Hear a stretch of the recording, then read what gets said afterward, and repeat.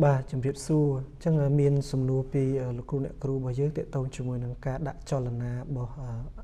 sau họ thấy dương bàn một tuần cho hai hay quật trong thơ pruin bằng hai nhằm pi cho lần nào quật phụបែបណាពូនៅក្នុងអក្សរខ្មែរយើងមានរឿងច្រើនបាទមានត្រង់មានកោងហើយមានកាច់អញ្ចឹងឥឡូវសូមទៅមើលទាំងអស់គ្នាខ្ញុំចូលទៅក្នុង insert ហើយខ្ញុំយកបន្ទាត់បើសិនជាវាត្រង់អត់បញ្ហាទេបាទខ្ញុំអាចដាក់នៅបែបនេះហើយខ្ញុំចុច shift ទៅដើម្បីឲ្យវារុញឡើងគឺវាត្រង់បាទអញ្ចឹងយើងបានមួយហើយបន្ទាត់ដោយឡែកនៅកន្លែងនេះគឺយើងអត់អាចយកត្រង់ទេយើងត្រូវយកកោងអញ្ចឹងទៅជ្រើសរើសបាទជ្រើសរើសដែរនៅក្នុង shape មើលប្រភេទណាដែលកោងបាទអញ្ចឹងខ្ញុំយកមួយនេះចុះវាកោងអញ្ចឹងខ្ញុំមកគូសតែម្ដង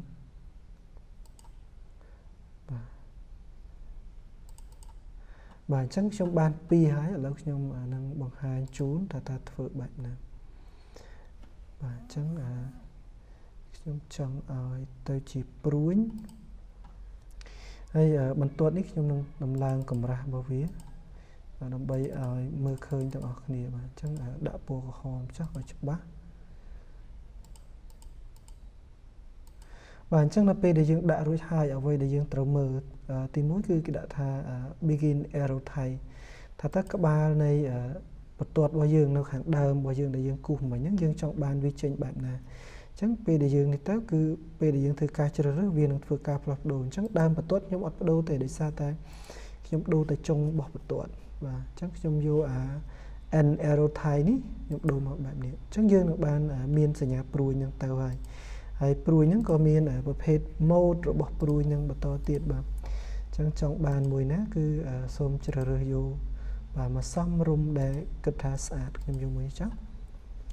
ហើយខ្ញុំគូសបន្ទាត់នេះមួយទៀតបាទមិញគឺយើងដាក់ឲ្យធំទៅហើយយក4ហើយយកក្រហមដូចគ្នាបាទអញ្ចឹងយើងមកកែវាដូចគ្នាបាទនេះអញ្ចឹងយើងបានបន្ទាត់ដែលបង្ហាញអំពីចលនាហើយសល់ផ្សេងទៀតគឺយើងអាចនេះបានយើងអាចចម្លងមកចុច control ឲ្យជាប់ប្រើម៉ៅបាទហើយចុច shift ផងមកដើម្បីឲ្យវាស្មើវាត្រង់ស្មើអញ្ចឹងនៅកន្លែងនេះមានជម្រើស2យើងចង់ធ្វើមួយណាក៏បានគូសមួយទៀតក៏បានឬក៏ចម្លងបែបនេះក៏បានហើយបើសិនជាចម្លងយើងត្រូវដូរក្បាលបន្ទាត់ដោយសារកន្លែងនេះមិញយើងដាក់វាមកជាមានព្រួយនៅខាងហ្នឹងអញ្ចឹងយើងដូរវាចេញបាទដូរព្រួយយកព្រួយខាងនេះវិញមកអញ្ចឹងវានឹងរុញចុះមកក្រោមចុះអាសក់នៅខាងលើនេះធ្វើម៉េចបាទអញ្ចឹងយកអានឹងមកគូទៀតមកបាទចូលទៅយកត្រង់ទ្រាយនឹងមក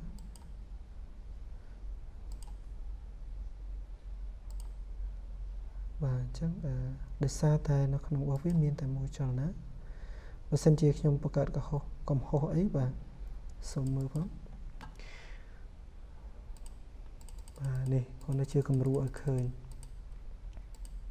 អញ្ចឹងមកយើងដូរដាក់ក្រហមបាទហើយព្រួយខាងចុងរបស់វាគឺបែបនេះអញ្ចឹងយើងបាន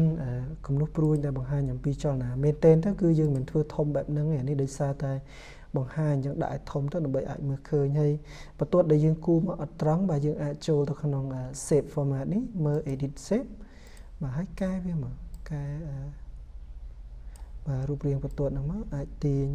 សញ្ញានេះបាទអាចទាញអាចសេរីអាចបានអត់អីទេនៅក្នុង Word ក៏មានកន្លែងដែលអាចទាញសម្រួលបន្ទាត់ហ្នឹងដើម្បីឲ្យវាស្អាតសមរម្យដែរ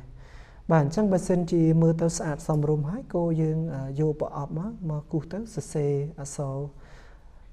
លេខចលនាទី1ចលនាទី2ចលនាទី3ទី4ត្រូវទៅតាមអក្សរនីមួយៗអញ្ចឹងខ្ញុំសូមបង្ហាញខ្លីតែប៉ុណ្ណឹងជាមួយនឹងការយកបន្ទាត់មកគូដើម្បីពេលដែលយើងបានអក្សរចុចហើយតើយើងធ្វើព្រួយចលនានៃអក្សរហ្នឹងគឺយើងធ្វើបែបណាបាទអញ្ចឹងខ្ញុំសូមចែករំលែកខ្លីបែបនេះហើយសូមលើកទឹកចិត្តឲ្យបានអ្នកដែលចង់ផលិតបាទអាចសាកល្បងផលិតចឹងទៅ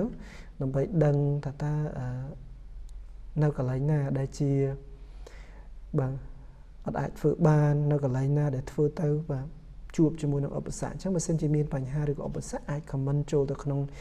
ខាងក្រោមនៃវីដេអូទៅហើយពេលដែលខ្ញុំមើលខ្ញុំនឹងរកផ្លូវនៅក្នុងការជួយលោកគ្រូអ្នកគ្រូបន្ថែមបាទអ ចឹងអរគុណខ្ញុំសូមចែករំលែកខ្លីប៉ុណ្ណេះ